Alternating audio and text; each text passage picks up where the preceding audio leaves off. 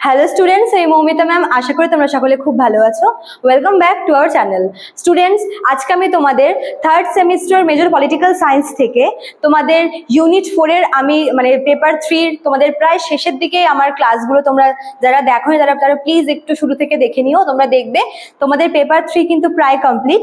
আজকে আমি তোমাদের ইউনিট 4-এর সেকেন্ড টপিকটা নিয়ে আলোচনা করব, যেটা হচ্ছে মিলস ভিউজ অন লিবার্টি বা পার্সোনাল লিবার্টি বা স্বাধীনতা নিয়ে মিলসের যে ভিউ বা তার যেটা মতবাদ সেটা আজকের টপিক। ঠিক আছে, তো ক্লাসটি শুরু করার আগে বলে রাখি যে যারা এখনো আমাদের অনলাইন ক্লাসে অ্যাডমিশন নাওনি বাট নিতে চাইছো, তারা কিন্তু আর দেরি করো না। অলরেডি আমরা ক্লাস শুরু করে দিয়েছি এবং নোটসও কিন্তু বেশ অনেকগুলোই প্রোভাইড করা হয়েছে। পেপার 4 কিন্তু আমাদের প্রায় কমপ্লিট হয়ে গেছে এবং পেপার 3ও যেহেতু পেপার 4টা একটু ইজি তোমাদের, তাই আমরা পেপার 4টাই কমপ্লিট করেছি। আর পেপার 3ও কিন্তু বেশ কয়েকটা নোটস দেওয়া হয়েছে। তো তোমরা যারা এখন অ্যাডমিশন নেবে, তোমরা নোটসের পাশাপাশি তোমরা অনলাইন ক্লাসগুলিও পেয়ে যাবে। এর ফলে কি তোমাদের কনসেপ্টটা ক্লিয়ার হয়ে যাবে। আর যারা পরে জয়েন করবে ভাবছো, তারা শুধুমাত্র নোটসগুলো পাবে, বাট যেহেতু আমাদের লাইভ ক্লাসটা রেকর্ডেড হয় না, তোমরা রেকর্ডেড পাবে না। ওই জন্য তোমরা কিন্তু টপিকগুলো তোমাদের বুঝতে অসুবিধা হবে, বাট তোমরা খালি নোটগুলো পাবে। ঠিক আছে, নোট পড়ার পাশাপাশি তোমরা যদি ক্লাসটাও পেতে চাও, তোমাদের কিন্তু এখনই আমাদের দেওয়া হেল্পলাইন নাম্বারে যোগাযোগ করে আমাদের সঙ্গে যুক্ত হয়ে যেতে হবে। আমাদের হেল্পলাইন নাম্বার দুটো আছে, একটা হচ্ছে 6295916282 আর একটা হচ্ছে 7076398606। দেখো দেওয়া আছে এখানে নাম্বার দুটো আমাদের। তোমরা যে কোনো একটি নাম্বারে যোগাযোগ করে আমাদের সঙ্গে যুক্ত হয়ে যেতে পারো। ঠিক আছে, তো দেরি না করে শুরু করে দিই আজকের ক্লাসটি। দেখো, মিলস ভিউজ অন লিবার্টি বা পার্সোনাল লিবার্টি বা ব্যক্তিগত, যাকে বলে ব্যক্তিগত স্বাধীনতা, এটা বলতে কি বোঝো? দেখো, বর্তমানে আমরা যেটা আমাদের রাইট টু ফ্রিডমে যেই আমাদের লিবার্টিগুলো দেওয়া আছে, যে ফ্রিডমগুলো আমাদের দেওয়া আছে, সেগুলো তো আমরা বর্তমানে পাচ্ছি। বাট এটার যদি আমরা স্টার্টিংটা বলি, এটার যে সূত্রপাত যিনি ঘটান তিনি হচ্ছেন এই জেমস মিল। ঠিক আছে, জেমস মিল তিনি মনে করেছেন যে একটি সমাজের অগ্রগতির জন্য, একটি সমাজের সমাজকে উন্নত করতে হলে সমাজ যারা সৃষ্টি করে সেই জনগণদের কিন্তু কিছু ব্যক্তিগত অধিকার দরকার। ঠিক আছে, এবং সেই অধিকারের মধ্যে সবথেকে মেজর সেটা হচ্ছে স্বাধীনতা বা লিবার্টি। ঠিক আছে, তবে এক্ষেত্রে তিনি একটি ডেফিনেশন দিয়েছে লিবার্টি, যেখানে তার একটা লেখা বই আছে যার নাম হচ্ছে অন লিবার্টি। তো ওই বুকে তিনি বলেছেন যে স্বাধীনতা জিনিসটা হচ্ছে খুবই সুন্দর একটা জিনিস।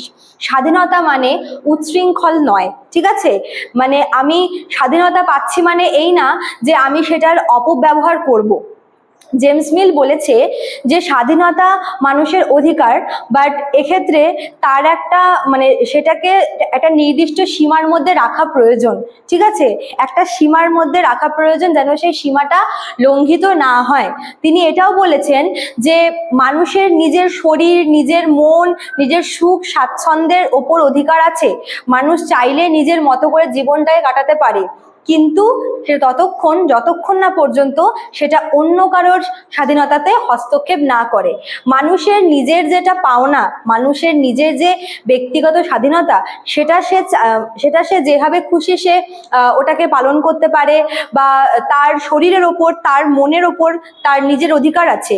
কিন্তু যদি ব্যাপারটা প্রসঙ্গ যখন অন্য কারোর স্বাধীনতায় হস্তক্ষেপ করার হয়ে থাকে, তখন কিন্তু সেটাকে অবৈধ বলে মনে করেছেন জেমস মিল। ঠিক আছে, এছাড়াও তিনি আরো কয়েকটি কথা বলেছেন এ ব্যাপারে।